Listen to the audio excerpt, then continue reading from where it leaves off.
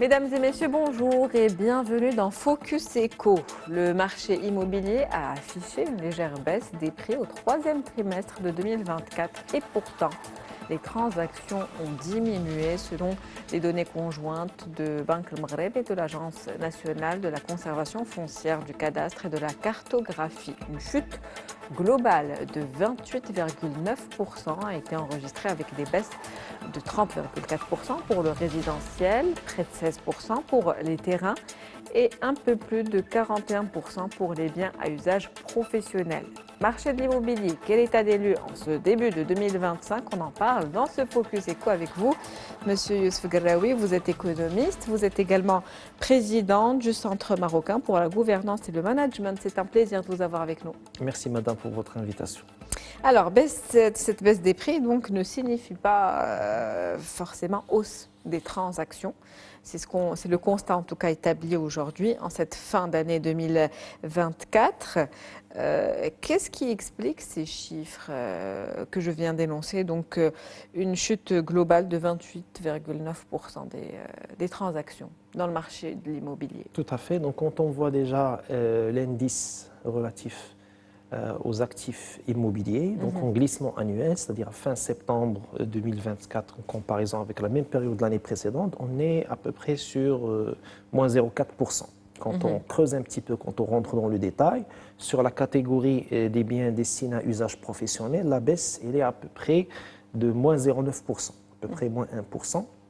Pour tout ce qui est usage professionnel. Déjà, si on prend ce chiffre-là et on voit le climat des affaires, on voit le fonctionnement des entreprises marocaines, on constate déjà un taux de défaillance qui est très élevé, donc de 2023 à 2024, plus 13%.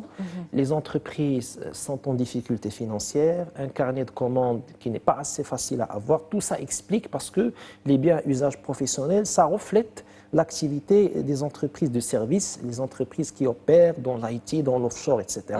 Et c'est des entreprises qui font de l'expansion. À chaque fois, l'entreprise, elle se développe, bien évidemment. Elle est sur des acquisitions, une mobilisation. Elle investit dans des biens à usage professionnel. Donc, le recul de l'activité des entreprises, la défaillance des entreprises. Donc, ça explique à ce qu'on ait un indice qui a reculé dans tout ce qui est usage professionnel. Et dans le même temps, Oui. je le disais en préambule, le marché de l'immobilier a connu une légère baisse. Donc, effectivement. on ne comprend pas ce frein à l'achat aujourd'hui. Tout à fait. Malgré qu'il y a une stagnation ou un léger recul des prix, les entreprises n'arrivent pas à investir dans le cycle d'investissement, c'est-à-dire à acquérir des plateaux bureaux ou des biens immobiliers à usage professionnel. C'est ce qui explique le recul de ce chiffre. Et quand on voit aussi tout ce qui est bien immobilier à usage résidentiel, effectivement, on constate une baisse de moins 0,5% en glissement annuel. Ceci s'explique par le fait qu'on a aujourd'hui des ménages qui sont réticents, certes en difficulté, parce qu'on a vécu une vague d'inflation très importante les 3 précédentes années. Les ménages, bien évidemment, n'arrivent pas, bien évidemment, à gérer mieux leurs dépenses domestiques et considèrent l'acquisition d'immobilisation aujourd'hui comme quelque chose qui devrait être ajourné les années prochaines.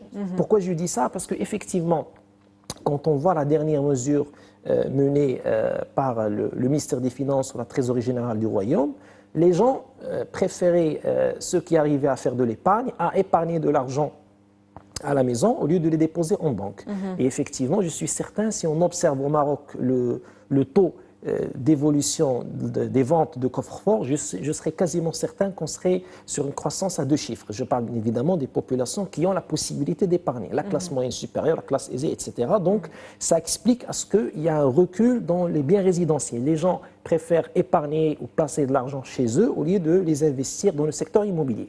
Encore plus, si on voit les et au lieu de les mettre également dans les banques. Et tout à fait, exactement. Et quand on Ce voit, qui pourrait permettre aux banques de réduire les taux d'intérêt peut-être et stimuler un petit peu l'investissement, l'achat. Tout à fait, parce que c'est lié aussi aux besoins de liquidité, la déclaration qui a été faite par le Walid Bank El Maghreb, qu'on a une problématique de liquidité. Donc, dans ce climat un petit peu de méfiance, les gens se sentent en méfiance par rapport à toute la scène politique et préfèrent bien évidemment épargner de l'argent à la maison au lieu de les investir dans les biens immobiliers et les mettre en banque.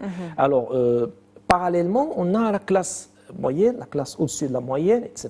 Les gens aussi qui cherchent à acquérir des biens, donc tout ce qui est biens sociaux, etc. Aujourd'hui, ils ont préféré retarder ou ajourner l'acquisition des biens ou carrément, vu le renchérissement des prix, vu le niveau de vie qui est très élevé, n'ont pas les moyens pour acquérir un bien social. Quand vous dites, paradoxalement, oui. Quand vous dites retarder l'acquisition de ces biens, vous venez de le dire, on est dans une conjoncture où aujourd'hui les matériaux, en tout cas de construction, qui sont utilisés, la matière première est de plus en plus, les prix sont de plus en plus importants. Donc, ajourner ou retarder ne ferait que aggraver les choses. Aggraver la situation et on aura des prix qui sont encore plus élevés.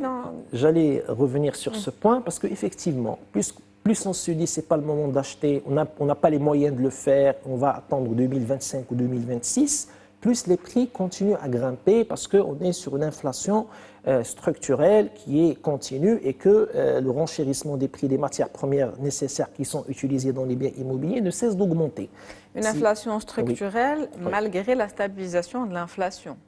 Absolument, absolument. Et un autre point sur lequel je voulais rebondir, c'est que le Maroc, ou si vous voulez le gouvernement, il a mis en place une mesure très importante, l'aide au logement direct, évaluée à fin septembre 2024 à 2 milliards de dirhams. Donc il y avait 100 000 dirhams octroyés pour les gens qui devaient acheter un bien social à hauteur inférieure à 300 000 dirhams. Pour les gens qui voulaient acheter jusqu'à 700 000, ils bénéficiaient de 70 000 dirhams. Mais je pense que cette mesure n'était pas aussi efficace quand on voit, bien évidemment, les chiffres relatifs au recul des indices de biens immobiliers. L'impact de cette mesure n'était pas malheureusement avéré. Pourquoi? Malgré les fonds mobilisés et les aides mobilisées en fin 2024. Exactement. Qui avoisinent les 2 milliards de dirhams. Oui, exactement. Malgré ça, donc, on constate qu'il n'y a pas une véritable dynamique dans l'acquisition des biens sociaux. Et on va revenir à la problématique liée à la spéculation des prix. Quand on voit des promoteurs qui augmentent les prix ou qui cherchent à gagner encore plus, ben certainement, même si on va mettre en place des mesures de ce genre d'action, et s'il n'y a pas de descente terrain, s'il n'y a pas de vérification des prix, etc., s'il n'y a pas de contrôle au niveau du prix de mètre carré, les gens, bien évidemment, soit ils ne pourront pas acheter le bien immobilier, ou ils vont préférer carrément, comme je l'ai dit tout à l'heure, retarder ou ajourner l'acquisition des biens en attendant l'amélioration des choses. Mais ce qui est constaté dans le marché, c'est que les prix grimpent d'une année à l'autre et on n'est véritablement pas dans une stagnation des prix. Comment on pourrait redynamiser donc ce secteur de l'immobilier aujourd'hui? Moi, je pense que la dynamisation du secteur de l'immobilier, c'est d'abord un renforcement des contrôles. C'est d'abord, bien évidemment, un travail qui devrait se faire avec les promoteurs immobiliers. Parce qu'on va mettre en place un certain nombre de mesures. L'aide sociale, elle est là. On pourra mettre en place une autre. L'État pourra même intervenir pour essayer de stabiliser les prix des matières premières essentielles qui sont utilisées dans la construction, le béton, le ciment, etc.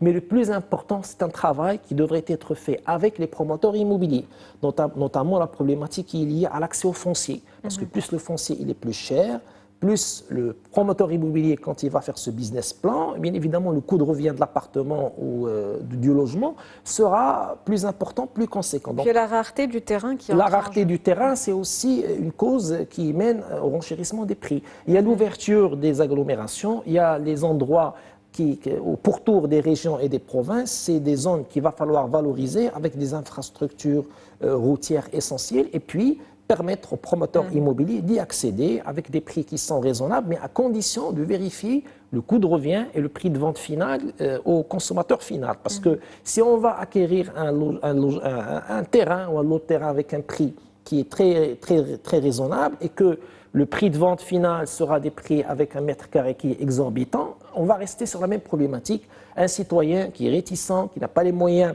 d'acheter, qui va préférer patienter encore plus. Et je pense que l'indice des prix des actifs immobiliers ne cessera de baisser ou de régresser.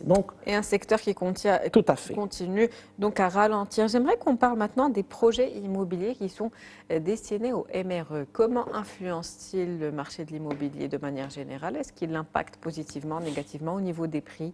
Est-ce que ça fait que les prix sont plus hauts quand ils sont Alors moi, ce que j'avais constaté, effectivement, que les MRE, ils ont, je ne sais pas si je dois dire heureusement ou malheureusement, mais contribué au renchérissement des prix du mètre carré. Moi, je connais des régions bien définies où le mètre carré, il était, si vous voulez, à la portée du citoyen, mais vu que les émereux sont tellement intéressés à acheter et qu'il y a vraiment une demande très élevée par rapport à l'offre qui est donnée par les promoteurs, cela a permis aux promoteurs de prendre une position de force. Et puis, pour les citoyens, ils voyaient bien évidemment le MRE qui était en train d'acheter 2 à 3 logements et que lui, il n'était même pas capable d'acquérir un seul logement. Donc, encore une fois, il y a le contrôle et la lutte contre la spéculation, elle est très importante. Il faut qu'il y ait un équilibre. Les MRE doivent continuer à investir. Est-ce que les MRE peuvent être, vous le dites, continuer à investir et devenir donc des leviers de relance du secteur?